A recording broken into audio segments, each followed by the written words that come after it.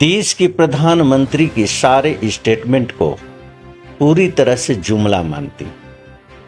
तो जुमले के आधार पर मैं कहूं कि 400 सीट पार का तो मेरी तरफ से कोई जवाब नहीं है। ये जुमला है, वो उनकी सोच हो सकती है। 2024 लोकसभा चुनाव के तीसरे चरण के मतदान के बाद राजनीतिक दलों में काफी घमासान जो है मचा हुआ है। अभी टीटीएल न्यूज की टीम जो आई है राष्ट्रीय समाजवादी जन क्रांति पार्टी के राष्ट्रीय अध्यक्ष एसएल ठाकुर जी से बात करने और जानेंगे इनसे कि चुनावी मुद्दों पर आखिर इनकी क्या राय है। इन्होंने भी अपने प्रत्याशी जो है मोदी जी के अगेंस्ट जो है उतारे हैं, तो इनसे जानने की कोशिश करते हैं आखिर इनके मुद्दे क्या होंगे और राजनीतिक दलों के बाकी मुद्दों पर इनकी क्या राय है। बहुत बहुत स्वागत है नेताजी आपका हमारे चैनल पर। धन्यवाद आप सभी पत्रकार बंधुओं का। अच्छा, अभी भाजपा कह रही है, बहुत दिनों से नारा चल रहा है 400 पार मोदी परिवार, इस पर क्या कहेंगे आप? राष्ट्रीय समाजवादी जन क्रांति पार्टी देश के प्रधानमंत्री के सारे स्टेटमेंट को पूरी तरह से जुमला मानती। तो जुमले के आधार पर मैं कहूं कि 400 सीट पार का तो मेरी तरफ से कोई जवाब नहीं है। ये जुमला है, वो उनकी सोच हो सकती है। आज राष्ट्रीय समाजवादी जन क्रांति पार्टी यह मान करके चलती है कि वाराणसी की धरती से चुनाव का संदेश पूरे देश में जो जाएगा वो अमूलचूल परिवर्तन का जाएगा। आज देश के प्रधानमंत्री वर्तमान समय में कार्यवाहक प्रधानमंत्री के रूप में वाराणसी संसदीय सीट से उम्मीदवार हैं। मुझे गर्व है कि राष्ट्रीय समाजवादी जन क्रांति पार्टी उनके विरोध अपने प्रत्याशी को खड़ा किया है। अब बड़ी ही प्रबलता से हम लड़ाई लड़ेंगे। हम सभी का यह मानना है कि देश का प्रधानमंत्री जब कार्यकाल में होता है तो प्रधानमंत्री होता है, नहीं तो आज चुनाव के दौर में कार्यवाहक प्रधानमंत्री भले हों, लेकिन एक देश के नागरिक हैं और एक प्रत्याशी के रूप में वाराणसी संसदीय सीट से उम्मीदवार हैं। उनके मुद्दे अगर मैं कहूं कि धारा 370 राम जन्मभूमि या 3 तलाक से हट करके कहीं कोई बातें नहीं होती। मैं कहूंगा कि इन दलों के पास न तो कोई आर्थिक नीति है और न तो कोई शैक्षणिक नीति है। तो आर्थिक और शैक्षणिक नीति नहीं है तो सामाजिक नीति हो कैसे सकती है? राष्ट्रीय समाजवादी जन क्रांति पार्टी इस पर उनका ध्यान आकर्षित करेगी। दूसरी बात कि आज चुनाव मैदान में देश का प्रधानमंत्री अपने कार्यकाल में दिए गए भाषणों में स्पष्ट शब्दों में कहते थे कि 80% आबादी देश की गरीबी रेखा के नीचे जीवन यापन करने को मजबूर। मैं सवाल पूछना चाहता हूं देश के प्रधानमंत्री महोदय से, जिन्होंने कि 10 साल तक कार्यकाल अपना चलाया। इसके पूर्व की सरकारें भी थी, उसकी भी जवाबदेही सुनिश्चित करने में कहीं कोई राष्ट्रीय समाजवादी जन क्रांति पार्टी को गुरेज नहीं है। राष्ट्रीय समाजवादी जन क्रांति पार्टी ये सवाल पूछना चाहती है कि अगर देश की 80% आबादी गरीबी रेखा के नीचे जीवन यापन करने को मजबूर, तो इसके लिए जिम्मेदार कौन? जाति और धर्म के नफरत के आधार पर समाज के तोड़ने वाले प्रवृत्ति के अंतर्गत राजनीति करके अगर सामाजिक ताने बाने को तार तार किया गया तो इसके लिए जिम्मेदार कौन? मैं स्पष्ट शब्दों में कहना चाहता हूं कि पक्ष का नेता विपक्ष का नेता, यानी भाजपा, कांग्रेस, सपा और बसपा, इनके गठबंधन के लोग, इसके अलावा कोई अन्य नहीं।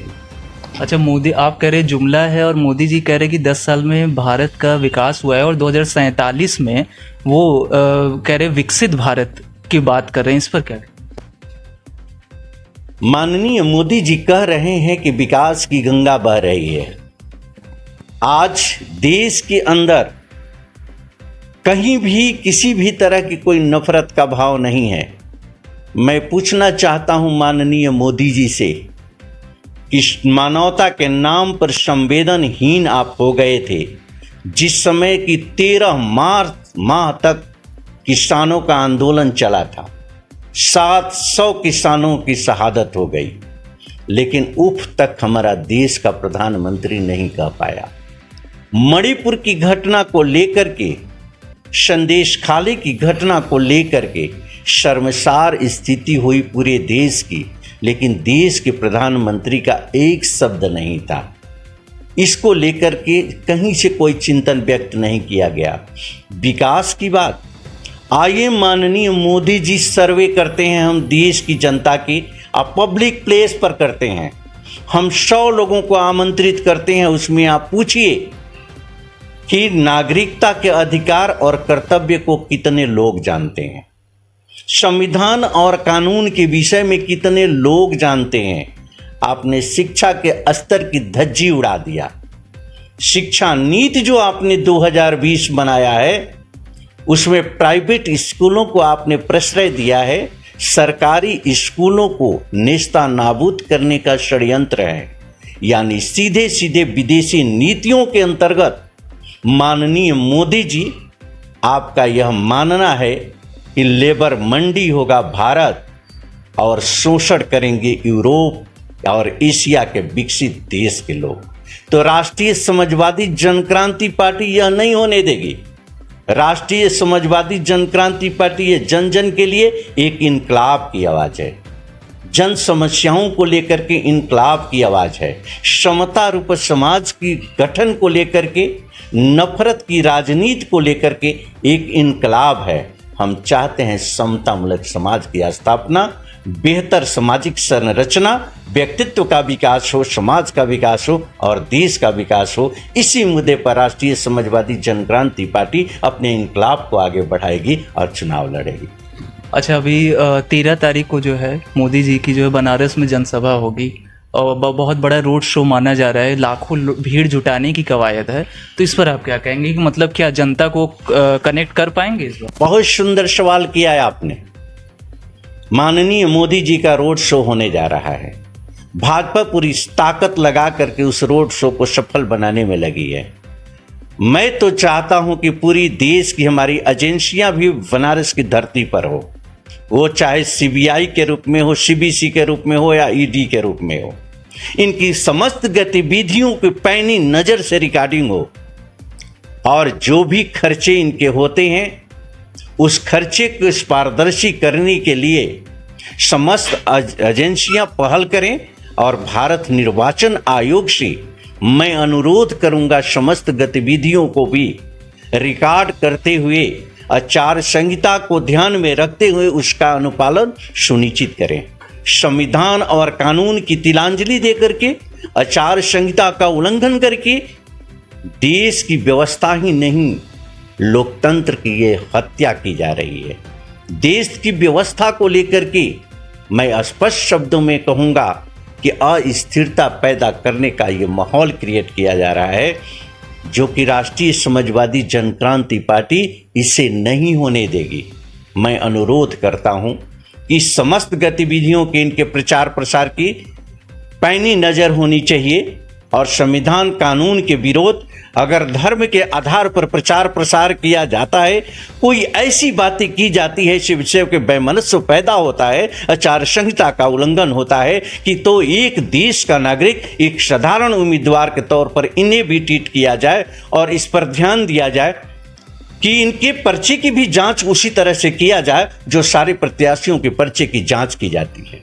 अगर पर्चे की जांच करने की कहीं से वैमनस्य की स्थिति होगी तो राष्ट्रीय समाजवादी जनक्रांति पार्टी इस पर बहुत ही प्रबल आवाज उठाते हुए ये चाहेगी कि मीडिया बंधुओं के माध्यम से उसे पब्लिक प्लेस पर लाएगी। अगर कहीं से किसी तरीके का बिना त्रुटि का अगर षड्यंत्र के अंतर्गत किसी का भी नामांकन अगर खारिज किया जाता है तो अपने दल के साथ उस दल की हिमायती होगी राष्ट्रीय समाजवादी जनक्रांति पार्टी, और उसे रोकने के लिए चाहे जरूरत पड़ेगी तो हमें सड़क से लेकर संसद तक लड़ना हो, हम जो जरूरत पड़ेगी तो हमें न्यायालय के शरण में जाना होगा, तभी हम लोग हिचकेंगे नहीं, क्योंकि हमें न्याय चाहिए, हमें भ्रष्टाचार पर नियंत्रण चाहिए, हमें अत्याचार पर नियंत्रण चाहिए, हमें समतामूलक समाज चाहिए, समानता की आवाज़ चाहिए और समानता की पहल चाहिए। इसके लिए हम सभी विवश करेंगे। सारे राजनेताओं को जो शोषण प्रवृत्ति के अंतर्गत राजनीति करने वाले हैं। अच्छा, 10 साल से वर्चस्व है इनका, कितनी मुश्किलात आपको होंगी वर्चस्व तोड़ने की? क्या तोड़ पाएंगे? परिवर्तन आएगा या फिर उन्हीं की सरकार? परिवर्तन के लिए एक चिंगारी अगर अंगारा बन जाए तो बहुत काफी है। परिवर्तन के लिए एक इनकलाब की आवाज अगर आगे बढ़ती है तो वो आवाज सुभाष चंद्र बोस के रूप में हो सकती है, भगत सिंह के रूप में हो सकती है, महात्मा गांधी के रूप में हो सकती है। तो ये मान करके आप सभी चलें कि परिवर्तन के लिए कोई सीमाएं नहीं होती है। परिवर्तन के लिए कोई व्यू तैयार करने की जरूरत नहीं है। एक आवाज अगर परिवर्तन की दिशा में आगे बढ़ जाती है तो करवा बनता चला जाता है, आंदोलन बनता चला जाता है, और एक दिन इतना प्रबल आंदोलन होता है जो कि परिवर्तन की लहर दिखाई देने लगती है। बहुत बहुत धन्यवाद चैनल से बात करने के लिए। तो ये थे राष्ट्रीय अध्यक्ष एस.एल. ठाकुर जी, जिन्होंने कहा कि परिवर्तन के लिए एक चिंगारी ही काफ़ी है, और इस बार जनता का रुख जो है वो परिवर्तन की ही तरफ है। तो ऐसे चुनावी मुद्दों के लिए बने रहिए ट्रू टू लाइफ न्यूज के साथ। मुझे दीजिए इजाजत। जय Hind. Please follow us on our social pages and stay updated with your daily news.